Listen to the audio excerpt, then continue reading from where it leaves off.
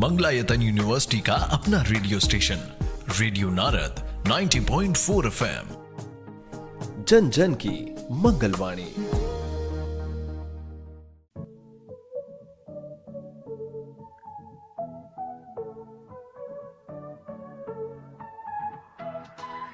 स्वागत है दोस्तों रेडियो नारद 90.4 FM से। मैं हूं आपके साथ आरजे याशी और प्रोग्राम शुरू हो गया है ज्ञान सागर। जी हाँ दोस्तों, जिसमें हम आपके ज्ञान को करते हैं और भी ज्यादा उजागर। और आज दोस्तों हम बात करने वाले एक ऐसे विषय के बारे में जो प्राकृतिक आपदाओं से जुड़ा है। एक ऐसी ऊर्जा जो जब धरती से निकलती है तो समस्त ब्रह्मांड कांप उठता है और अधिक तीव्रता से निकले तो कहीं जाने भी जा सकती है। जी हाँ दोस्तों, आप समझ ही गए होंगे हमारा आज का विषय है अर्थक्वेक यानी भूकंप और उसके प्रभाव, जिसकी बड़ी ही विस्तार से जानकारी देने के लिए आज हमारे साथ मौजूद है एक ऐसी शख्सियत जिनको इस क्षेत्र में लगभग 40 साल का अनुभव है और इसके साथ ही आगरा यूनिवर्सिटी की तरफ से 5 सितंबर यानी टीचर्स डे पर बेस्ट टीचर अवार्ड मिला है और जिनके 15 रिसर्च पेपर और 3 पेटेंट्स भी पब्लिश्ड हो चुके हैं, जिनके सुपरविजन में 5 विद्यार्थी पीएचडी कर रहे हैं और जिनका expertise earthquake and structural engineering है, जिनको 800 करोड़ का कंस्ट्रक्शन वर्क का अनुभव भी प्राप्त है। मैं बात कर रही हूँ मंगलायतन विश्वविद्यालय के former director professor doctor Mahesh Kumar ji की, जो इस वक्त रेडियो नारद के स्टूडियो में मौजूद हैं। प्रोग्राम को आगे बढ़ाने से पहले मैं उनका स्वागत करना चाहूंगी। प्रोफेसर महेश जी, आपका बहुत बहुत स्वागत है रेडियो नारद 90.4 FM में। सर्वप्रथम मैं आपका हृदय से आभार प्रकट करता हूं कि आपने भूकंप और उसके प्रभावों के विषय पर मुझे अपने विचार आपसे और आपके रेडियो नारद के माध्यम से आपके सभी श्रोताओं से साझा करने का एक अवसर प्रदान किया है। इसके लिए मैं आपका हृदय से आभारी हूँ। जी सर, जैसे कि आज हम भूकंप और उसके प्रभाव के बारे में चर्चा कर रहे हैं और यहाँ बेसवा के आसपास के क्षेत्र में भूकंप जैसी स्थिति अक्सर देखने को भी मिली है, तो स्पेशली यहाँ के लोगों के लिए मैं आपसे जानना चाहूंगी भूकंप कब आता है और उसके आने के मुख्य कारण क्या हो सकते हैं। आपके प्रश्न का उत्तर देने से पहले मैं आपको भूकंप पृथ्वी के बारे में कुछ बैकग्राउंड की बातें बताऊंगा। ये फायदा होगा कि वो आसानी से समझ सकेंगे, क्योंकि ये एक गूढ़ विषय है। अभी तक इसके बारे में हम बहुत कम बातें जानते हैं। बिल्कुल, क्योंकि ये एक आपदा है, ये एक त्रासदी है, इसका सामना करना आसानी से संभव नहीं है। जी। देखिए, पृथ्वी की आयु इस वक्त 4.5 अरब वर्ष है। जी। पहले पृथ्वी अपने स्वरूप में आई थी और उसमें ये एक आग का गोला थी। पृथ्वी के इस समय मुख्यतः 3 भाग हैं। प्रथम सबसे अंदर का भाग जिसको हम इनर पार्ट कहते हैं, दूसरा मध्य का भाग जिसको हम मिडिल पार्ट कहते हैं। जी सर। तीसरा बाहर का पार्ट जिसको हम आउटर पार्ट कहते हैं। जी। इनर पार्ट के भी 2 भाग हैं। पृथ्वी चूंकि एक बॉल है तो उस बॉल का एक केंद्र है, उस केंद्र को हम गर्भ कहते हैं। उस कोर के 2 भाग हैं, इनर कोर और आउटर कोर। इनर कोर की दूरी लगभग 1200 किलोमीटर है और आउटर कोर की दूरी लगभग 2300 किलोमीटर है। इस प्रकार कोर 3500 किलोमीटर का है। इस कोर के अंदर वाला भाग सॉलिड है, डेंस है, हाई इंटेंसिटी हीट से मिलकर बना है जी। और इसके कोर के बाहर का भाग जो 2300 किलोमीटर का है वो गैसेस और लिक्विड से बना हुआ है। अब आते हैं इसके मिडिल पार्ट पर। इसके मिडिल पार्ट की दूरी 2800 किलोमीटर है। ये पूरी तरह से मैग्मा से बना है। मैग्मा लावा की वो दशा है जो चट्टानें भूमि के अंदर हैं, वो लिक्विड स्टेट में हैं, गली हुई हैं, तैर रही हैं। ये जो बीच का भाग है ये गैस और लिक्विड से बना हुआ है। इसका आउटर पार्ट, पृथ्वी का बाह्य हिस्सा, 4.5 अरब वर्षों के बाद ये बाह्य हिस्से की कुछ परतें ठंडी हो गई हैं। अंदर इंटेंस हीट है, सारे मटेरियल, सारी रॉक्स जो अंदर बसी हुई हैं, वो सब लिक्विड स्टेट में है और गैस स्टेट में है। लेकिन इतने वर्षों के बाद पृथ्वी का जो बाह्य आवरण है, जिसको आप बाह्य सतह कहते हैं या बाह्य परत या कवच कहते हैं, इंजीनियरिंग और जियोलॉजी के स्टूडेंट्स उसको क्रस्ट और टेक्टोनिक प्लेट्स कहते हैं। ये टेक्टोनिक प्लेट से हम ऐसा सोचते हैं कि ये प्लेट की शक्ल की कुछ चीजें हैं, जबकि ये भूखंड की तरह से है। जगह जगह तरह तरह के खंड बने हुए हैं बाहरी आवरण में। जैसे पूरी पृथ्वी को अगर आप एक बर्ड आई व्यू में देखें तो जो बाहर का आपको आवरण दिख रहा है उसमें कई कई खंड बने हुए हैं। उन खंडों को ही हम टेक्टोनिक प्लेट कहते हैं। 40 किलोमीटर का ये भाग उन जगहों पर है जहां पर महाद्वीप हैं, जैसे एशिया, अमेरिका, और इन्हीं के एडजॉइनिंग जो समुद्र के सहारे की जगह हैं, वहां पर ये जगह 8 या 10 किलोमीटर की है। पृथ्वी का व्यास एक पॉइंट से उसके वर्टिकली अपोजिट पॉइंट तक शॉर्टेस्ट रूट से जाने के लिए जो डिस्टेंस कवर करना पड़ता है, उसकी दूरी 12,500 किलोमीटर। अब एक दूसरा शब्द आता है, उसे कहते हैं हीट ट्रांसफर मैकेनिज्म। अंदर की जितनी भी सतह हैं वो सारी मैग्मा से, लावा से, molten state, intense heat gases से, लिक्विड से भरी हुई। अंदर के स्टेट में जो हीट की इंटेंसिटी है वो करीब करीब 2000 डिग्री सेल्सियस है। इस टेम्परेचर का अंदाजा आपके श्रोता इस बात से लगा सकते हैं कि जब हम पानी को गर्म करके उबालते हैं तो वो 100 डिग्री पर बॉईल होने लगता है। आप समझिए कि अंदर 2000 डिग्री सेल्सियस पर क्या स्थिति होती हो। तो हीट ट्रांसफर मैकेनिज्म से ये किस तरह से अंदर प्रवाहित हो रही है, इस बात को अब मैं आपको समझाने की कोशिश करता हूँ। जी सर। हीट को एक जगह से दूसरे जगह जाने के लिए 3 तरह के माध्यम हैं। पहला है संचरण, कंडक्शन, जो सिर्फ सॉलिड मटेरियल्स में पाया जाता है। एक लोहे की हम रॉड लें जो सॉलिड मटेरियल से बनी हुई है, उसके एक हिस्से को गर्म करें, थोड़ी देर में हम पाएंगे कि उसका दूसरा हिस्सा भी गर्म हो गया। तो इस गर्मी के ट्रांसफर के मैकेनिज्म को हम संचरण या कंडक्शन कहते हैं।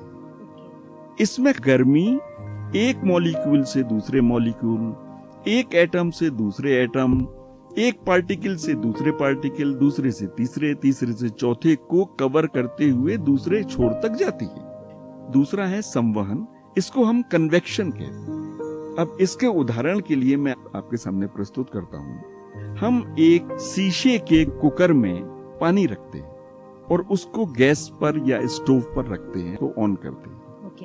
हमने शीशे का बर्तन इसलिए लिया है कि हम बाहर से देखकर समझ सकते हैं कि अंदर किस तरह से हीट का मैकेनिज्म प्रोसेस हो रहा है। जी सर। जब आप गैस ऑन करती हैं तो आप देखती हैं कि उस बर्तन की सतह के नीचे जो गर्मी जा रही है वो उस सतह के सबसे पास के पानी की सतह को गर्म कर रही है। गर्म करने के बाद वो पानी की सतह उठकर ऊपर जाना शुरू कर रही है, तो वहां पर मौजूद ठंडे पानी को नीचे धकेल देती हैं। वो ठंडा पानी फिर नीचे आके उसी बॉटम पर आ जाता है। फिर गर्मी की वजह से, ऊष्मा की वजह से अब वो फिर गर्म होता है, फिर वो ऊपर जाना शुरू करता है।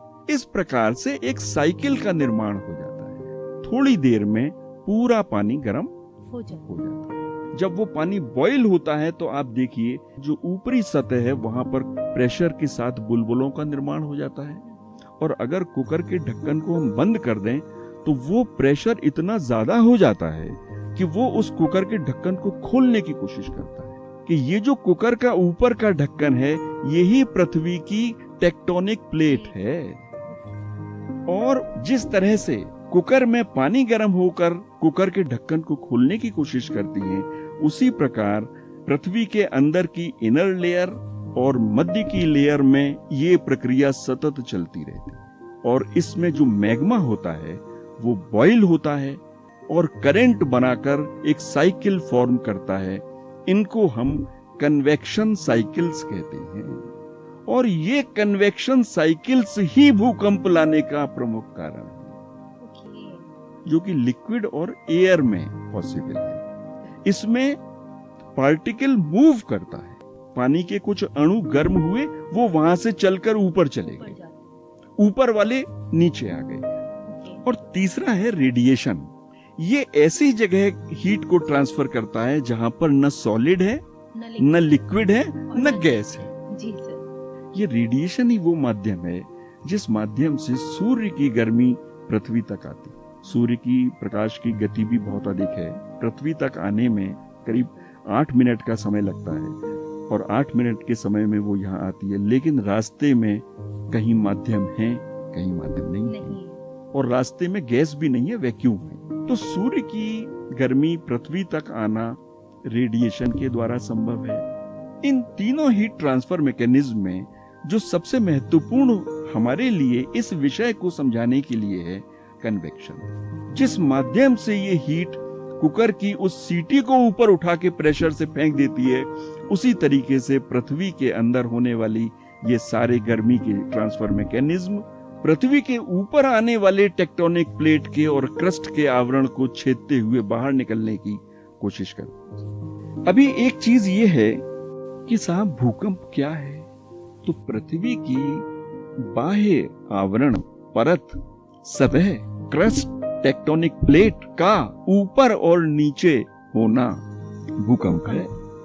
पृथ्वी की सतह का अचानक से हिलना, कंपन होना, हलचल होना, ये सभी भूकंप हैं। और इस भूकंप की प्रक्रिया के परिणाम स्वरूप सीस्मिक वेव्स का बनना, भूकंपीय तरंगों का जनित हो जाना, उनका प्रादुर्भाव हो जाना, ये भूकंप का प्रभाव है। और इन प्रक्रियाओं के दौरान भूकंपीय तरंगों का बनना, ये ऐसा होने से भूकंप का प्रभाव नहीं हो रहा है, ऐसा होने से सीस्मिक वेव्स बन रही। वो वेव्स उस सॉलिड आवरण के माध्यम से एक जगह से दूसरी जगह जा रही है। भूकंप कब आता है?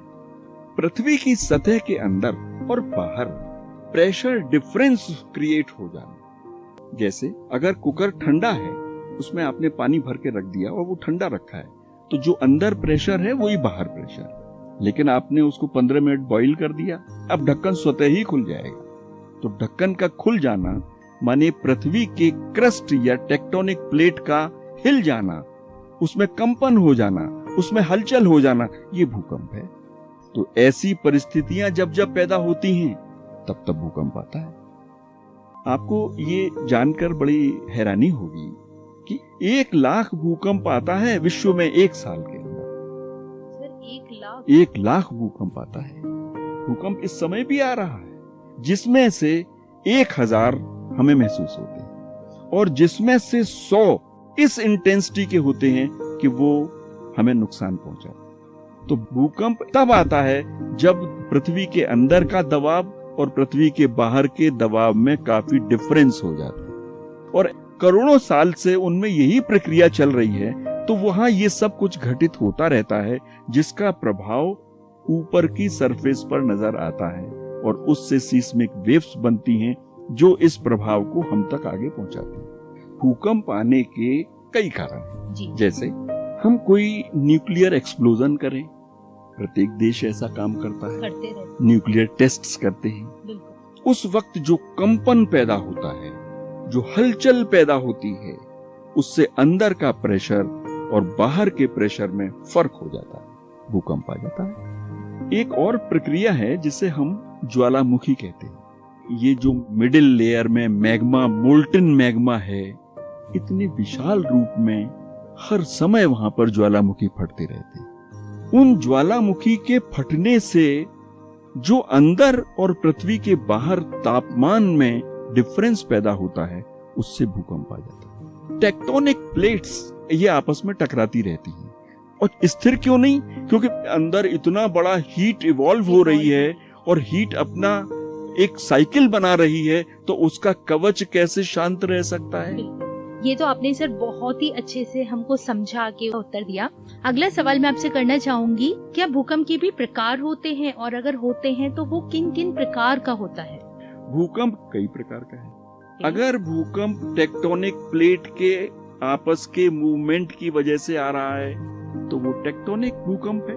अगर भूकंप उसके अंदर प्रवेश किए हुए ज्वालामुखी के फटने से आ रहा है तो वो ज्वालामुखी के कारण है। अगर भूकंप दो चट्टानों के हेड ऑन कोलिजन की वजह से आ रहा है, ऐसा अंदर पृथ्वी की मोल्टेन मैग्मा में, चट्टानों में ये प्रक्रिया हो रही है, उसकी वजह से भी भूकंप आ रहा है। जी सर, वही महेश जी ये भी बताएं कि भूकंप के कारण मानव को किस प्रकार की प्राकृतिक आपदाओं का सामना करना पड़ सकता है। देखिए, सामान्यतः हम आपदा या त्रासदी जैसे शब्दों का इस्तेमाल नहीं करते हैं, लेकिन भूकंप की जब बात हम करते हैं तो उसके लिए हमें आपदा या त्रासदी जैसे शब्द भी छोटे लगते हैं। क्यों?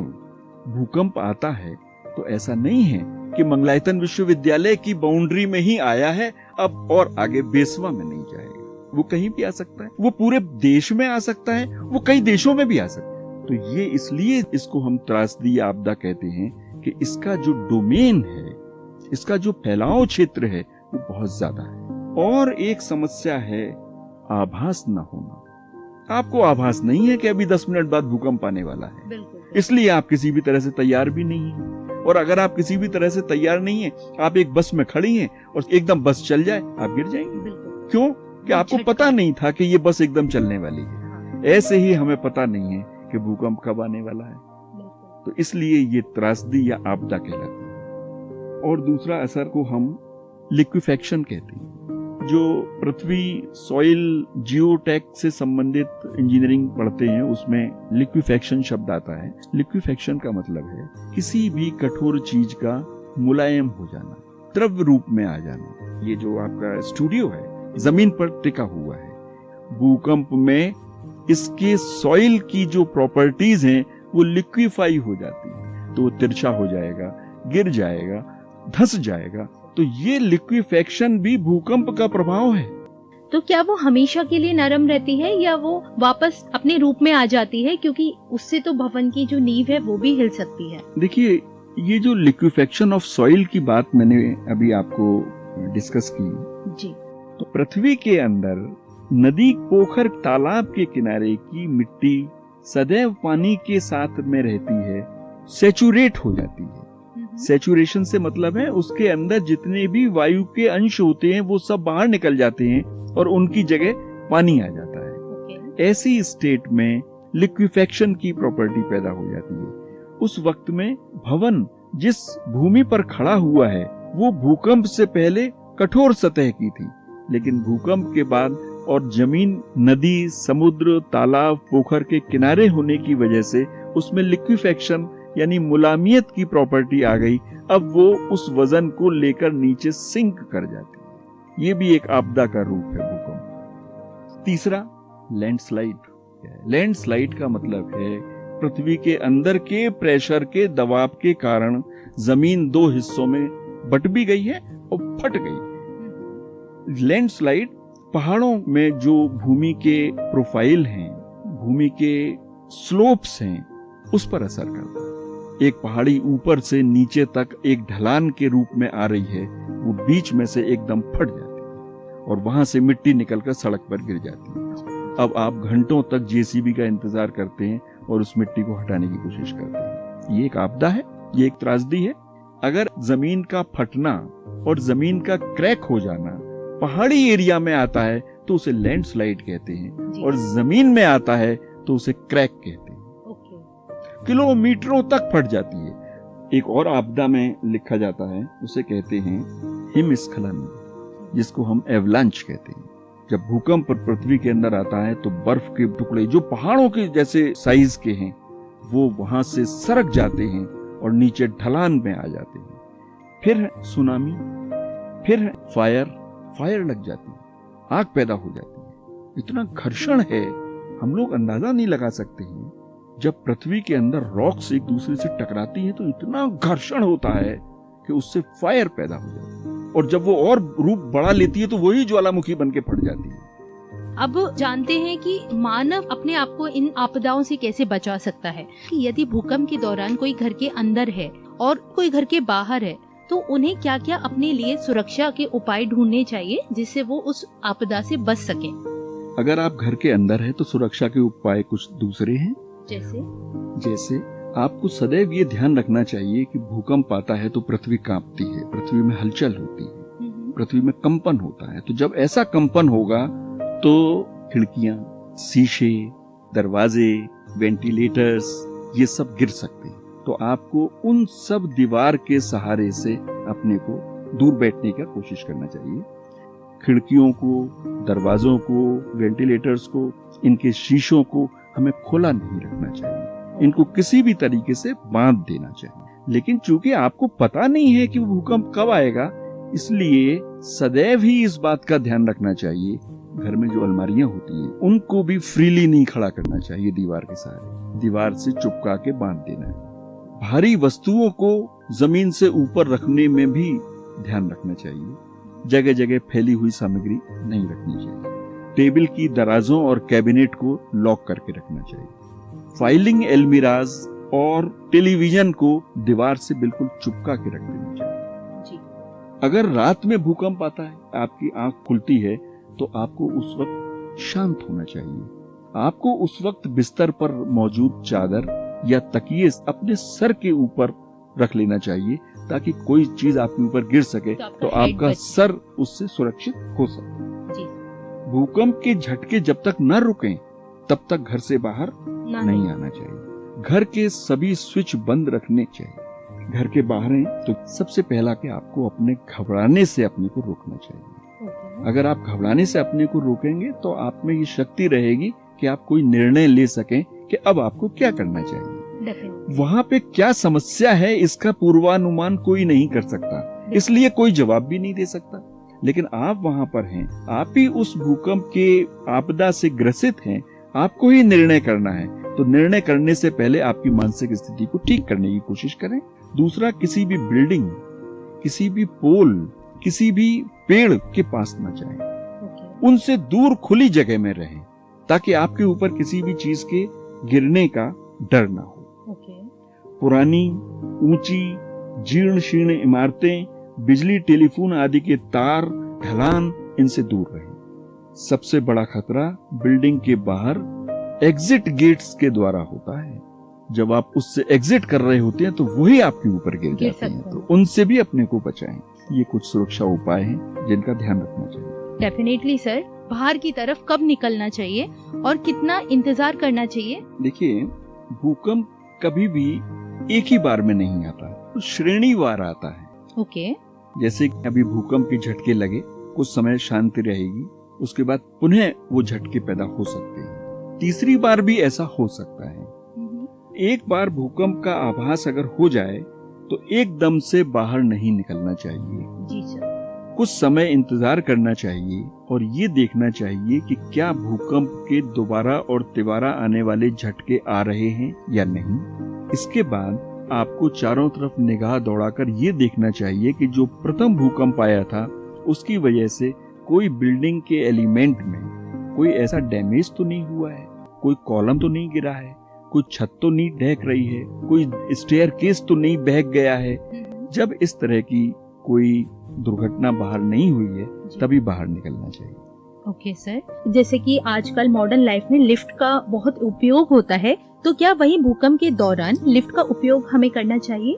भूकंप के दौरान ऐसे भवन जो कई स्टोरी के होते हैं, ऐसे समय में वो लिफ्ट की तरफ भागते हैं, और इसलिए भागते हैं कि शायद लिफ्ट से वो फौरन बच जाएंगे और नीचे उतर जाएंगे। लेकिन ऐसे समय में कभी भी लिफ्ट में नहीं जाना चाहिए। अगर आप लिफ्ट में गए और लिफ्ट एक फ्लोर नीचे जाने के बाद भूकंप की वजह से दुर्घटनाग्रस्त हो गई, आप उसमें फंसे ही रह जाएंगे और आपकी चीख पुकार भी कोई नहीं सुन पाएगा। इसलिए ऐसे समय में जो भी पास में बने ओपन स्टेयरकेसेस हों, उनके थ्रू निकलने की कोशिश करनी चाहिए। कभी भी लिफ्ट का उपयोग नहीं करना चाहिए। जी सर, एक सवाल और है सर, भूकंप के दौरान हमें किन किन बातों का विशेष ध्यान रखना चाहिए? एक शॉर्ट नोट के तौर पर आप ये भी बताएं। भूकंप के दौरान सबसे पहली बात, हमें अपना मनोबल नहीं खोना चाहिए, क्योंकि किस तरह की दुर्घटनाएं इस भूकंप की वजह से होंगी इसका ज्ञान किसी को नहीं। बिल्कुल। ये जो दुर्घटनाएं होती हैं, इन दुर्घटनाओं के पीछे प्रतिवर्ष 1 लाख भूकंप आते हैं, जिसमें से 100 भूकंप ऐसे होते हैं जो कि नुकसान पहुंचाते हैं। इसका आकलन भूकंप के साथ में दो शब्द जुड़े हुए हैं। एक को हम कहते हैं मैग्नीट्यूड और दूसरे को हम कहते हैं इंटेंसिटी। भूकंप जिस जगह पर पैदा हो रहा है वहां पर उसकी इंटेंसिटी बहुत हाई है।